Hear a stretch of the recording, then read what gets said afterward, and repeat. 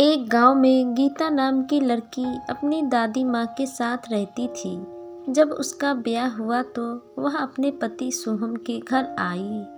उसने जब अपने पति के बड़े भाई का बड़ा परिवार देखा तो उसने अपने मन में ये फैसला कर लिया कि इतने बड़े परिवार में वह नौकरानी बनकर नहीं रहेगी। वह अपने पति के कमरे में उसके कपड़े और उसके चीज़ें को देखने लगी। 4 फटे पुराने कपड़े और एक चौकी उसके कमरे में पड़ा हुआ था। ये देखकर वह सोचने लगी, जो व्यक्ति अच्छा खासा कमाई करता हो उसके ऐसे कपड़े। अपने पति की ये स्थिति देखकर गीता को ये समझने में थोड़ी भी देर न लगी कि उसका पति अपनी पूरी कमाई अपने बड़े भाई के परिवार पर खर्च करता है। जब उसका पति कमरे में आया तो उसने अपने पति से पूछा, जो कपड़े आप पहनते हो वो कब खरीदे थे? ये कपड़े तो मैंने 2 वर्ष पहले खरीदे थे, उसके पति ने कहा। फिर गीता ने पूछा, तो वो पैसे कहाँ हैं जो 2 वर्ष में आपने कमाया है? कितने पैसे जमा है आपके बैंक में? गीता, आज तक मैंने कोई खाता ही नहीं खोला, तो पैसे कहाँ से जमा करूँगा? लेकिन तुम ये सब क्यों पूछ रही हो? क्योंकि धन के बिना जीवन नहीं चल सकता, गीता ने कहा। अरे छोड़ो इन सब बातों को, अभी ये बात करने का समय नहीं है। गीता ने भी सोचा कि आज के लिए इतना ही काफ़ी है, इसलिए उसने बात को आगे नहीं बढ़ाया। गीता ने थोड़े ही दिनों में समझ लिया कि उसका पति बिना ज़रूरत के चीज़ों में पैसे ज़्यादा खर्च करता है। जब महीने की पहली तारीख को तनख्वाह मिली तो सोहम ने गीता को हिसाब समझा दिया और कहा कि 200 रुपये खर्च के और 100 रुपये तुम्हारे खर्चे के और 200 रुपये मेरे अपने खर्चे के लिए। पर गीता को ये बात पसंद नहीं आई। वह अपने पति को कुछ कहती इससे पहले ही सोहम ने कहा, मैंने जो 200 रुपये रखे हैं वो मेरे और मेरे दोस्तों के लिए है, और ये 200 रुपये भाभी को देना है, क्योंकि घर के हर चीज़ का प्रबंध भाभी करती है। भाभी क्यों, मैं क्यों नहीं? तुम उनका सहायता कर सकती हो, जैसे बड़े के पीछे छोटा मदद करता है। लेकिन 200 रुपया बहुत ज़्यादा है, हम तो केवल 2 लोग हैं, मेरी प्यारी पत्नी, हम 2 नहीं 8 लोग हैं। 8 लोग? आपके कहने का मतलब है कि भैया भाभी और उनके बच्चे? हाँ, क्या उनका परवरिश का जिम्मा हम पर है? नहीं, हम सब मिलकर करेंगे, क्योंकि मैं बच्चों से बहुत प्यार करता हूँ, इसलिए। अब गीता सभी प्रयास करके हार गई तो सोचने लगी कि अब क्या करूँ, कैसे अपने पति को इन सब पर खर्च करने से रोकूं।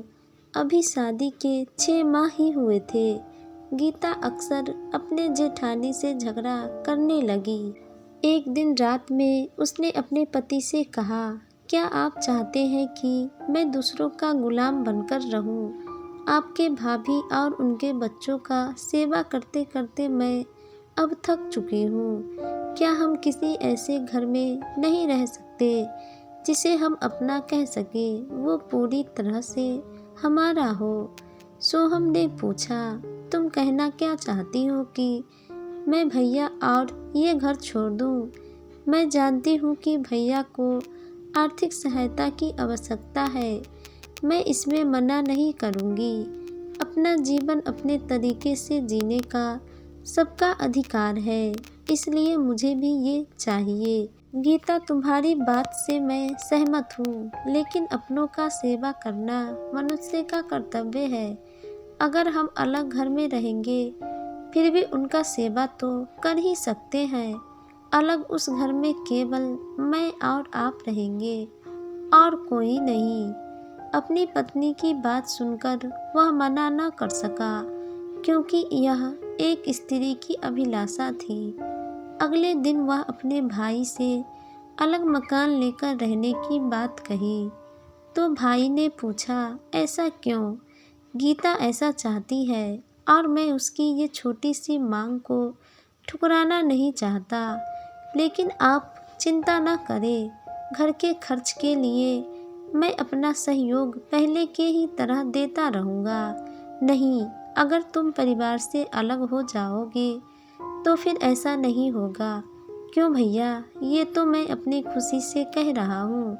आपके बहुत एहसान है मुझ पर। देखो सोहम, जब तक हम संयुक्त परिवार में रहते थे तब तक मेरे और तुम्हारे धन में अंतर नहीं था, परंतु अलग अलग रहने पर सब कुछ बदल जाएगा। तुम्हारा मुझे धन देना न तो तुम्हारी पत्नी को पसंद आएगा और न ही तुमसे कुछ लेना मेरी पत्नी को। किंतु भैया, इन औरतों को बीच में लाने की क्या आवश्यकता है? हम केवल इसे अपने तक ही सीमित रख सकते हैं। नहीं, मैं तुम्हारी भाभी से कुछ नहीं छुपाता और तुम्हें भी सलाह दूंगा कि तुम भी अपनी पत्नी से कुछ मत छिपाना। दोनों परिवार अलग हो गए। अब गीता बहुत खुश थी। उसकी खुशी की सीमा न रही जब सोहम ने उसे बताया कि भैया ने उसकी सहायता लेने से इनकार कर दिया है। इधर सोहम का भाई अत्यंत निर्धन था। वह मजदूरी का काम करता था।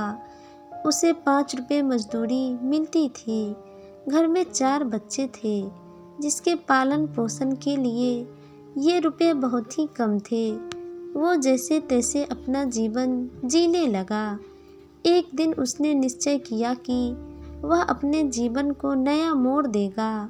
अपने सबसे बड़े बेटे को काम में लगा दिया जो 18 वर्ष का था और अपने दूसरे बेटे से कहा, अगर आगे पढ़ना चाहते हो तो साथ में कोई काम भी करना पड़ेगा। अब बचे 2 बच्चे, एक बेटी और एक बेटा। बेटी जो अपनी माँ की घर के कामों में हाथ बटाती और फिर पढ़ने जाती। समय बीतने के साथ साथ उसका बड़ा लड़का ने पैसे इकट्ठा करके एक दुकान खरीदा और उसे चलाने लगा।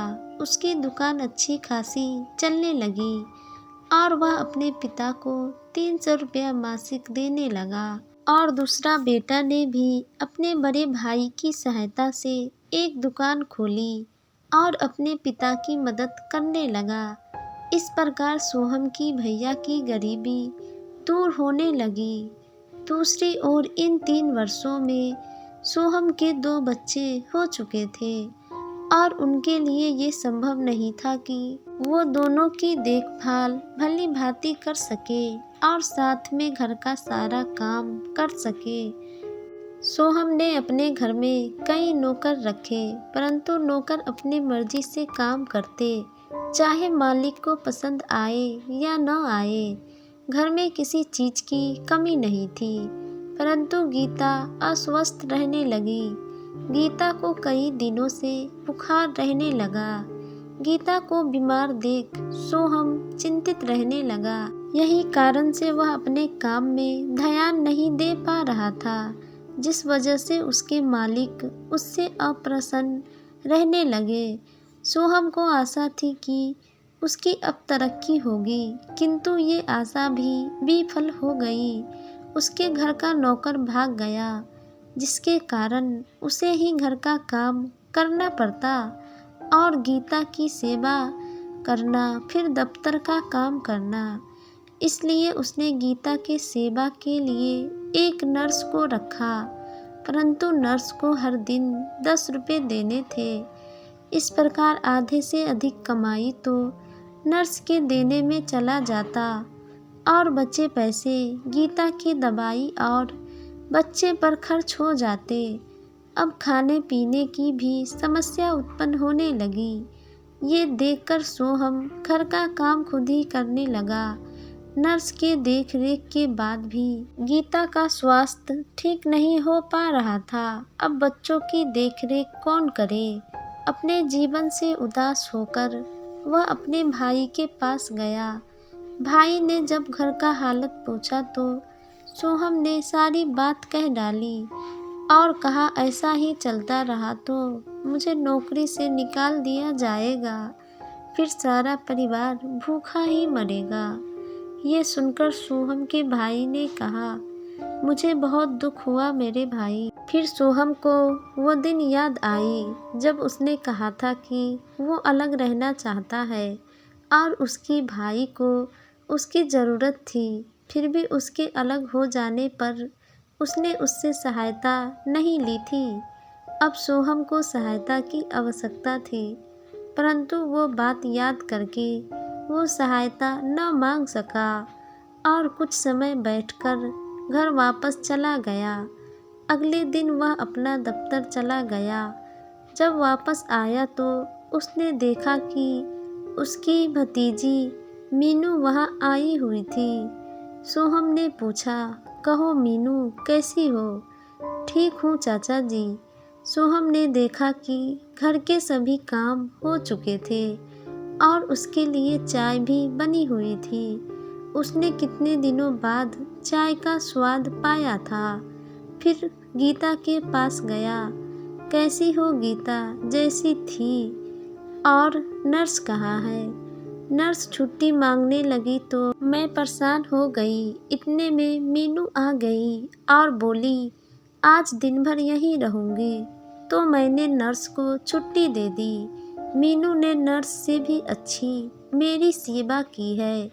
थोड़ी देर बाद मीनू का छोटा भाई आया और बच्चे के साथ खेलने लगा। फिर मीनू ने रात का भोजन बना दिया और वहाँ से चली गई और उसका छोटा भाई वहीं पर रुक गया। जब सुबह हुई तो फिर मीनू आई और घर का काम करने लगी। इस प्रकार वो 2 हफ्ते तक आती रही और घर का काम करती रही। सोहम ने नर्स को छुट्टी दे दी, परंतु सोहम को एक बात समझ नहीं आया कि मीनू हर दिन वहाँ आती और भोजन बनाती, पर उसने एक भी दिन वहाँ भोजन नहीं किया। सोहम के कहने पर मीनू बातों को टाल देती। धीरे धीरे गीता का बुखार कम हुआ और वो घर का काम करने लगी। एक दिन गीता ने मीनू से बहुत आग्रह की कि वो भोजन उसके साथ करे। तो मीनू ने कहा, चाची मुझे बिल्कुल भी भूख नहीं है। मीनू मेरी खुशी के लिए थोड़ा खा लो। नहीं चाची, मुझे भूख नहीं है। ये सब सोहम देख रहा था। उससे रहा नहीं गया तो उसने पूछा, क्या तुम्हारी माँ ने यहाँ भोजन करने के लिए मना किया है? नहीं तो क्या यहाँ काम करने के लिए वो कहती है? नहीं, एक दिन आप पिताजी से अपनी समस्या बता रहे थे तो मैंने सुना। मुझे चाची की मदद करने का मन हुआ तो मैं पिताजी से पूछा। पिताजी ने अनुमति दे दी और मैं यहाँ आने लगी। अब तो चाची की तबीयत ठीक हो गई है। पर तुम्हें ये किसने कहा कि तुम यहाँ पर खाना मत खाओ? मैं समझता हूँ कि ये तुम्हारी निश्चय है कि तुम हमारी कोई भी वस्तु नहीं लोगी। मीनू ने कोई उत्तर नहीं दिया और खामोश हो गई। मीनू को खामोश देख सोहम समझ गया। गीता मीनू से कहने ही वाली थी कि अब उसकी आवश्यकता नहीं है, पर घर की हालत देखकर वो चुप रही। इसके बाद मीनू वहाँ से चली गई। थोड़ी देर में रात हो गई तो सोहम ने गीता से पूछा, क्या तुम्हें इस बात पर लाज नहीं आती जो तुमने मेरे भाई के साथ करवाया था? क्यों, मैंने क्या करवाया था? उसकी सहायता बंद करवाई थी, जबकि उन्हें उस समय सहायता की ज़रूरत थी। परिणाम ये हुआ कि मेरे भतीजे को पढ़ाई छोड़कर काम करना पड़ा। मैंने आपको उनकी सहायता करने से मना नहीं किया था। उन्होंने खुद ही सहायता लेने से मना कर दिया था। नहीं, हमने इसके लिए उन्हें मजबूर किया था।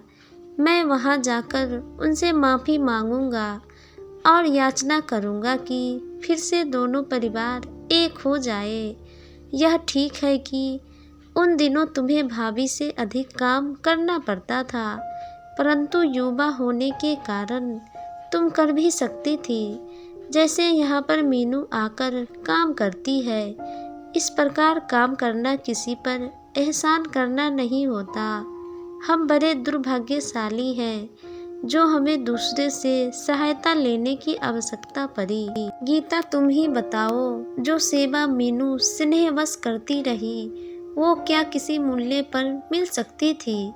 गीता के पास कोई जवाब नहीं था, परंतु उसने एक प्रश्न किया, हमारी व्यक्तिगत स्वतंत्रता का क्या होगा? सोहम ने कहा, तुम्हारी स्वतंत्रता तुम्हारे पास ही रहेगी अगर तुम में उनको बनाए रखने की योग्यता है। किसी की स्वतंत्रता दूसरे के हाथ में नहीं होती। इतना कहने के बाद सोहम अगले दिन अपने भाई के घर गया और अपने भैया भाभी से माफ़ी मांगी। फिर इस घटना के बाद दोनों परिवार एक ही घर में रहने लगे और अपना जीवन खुशी से बिताने लगे।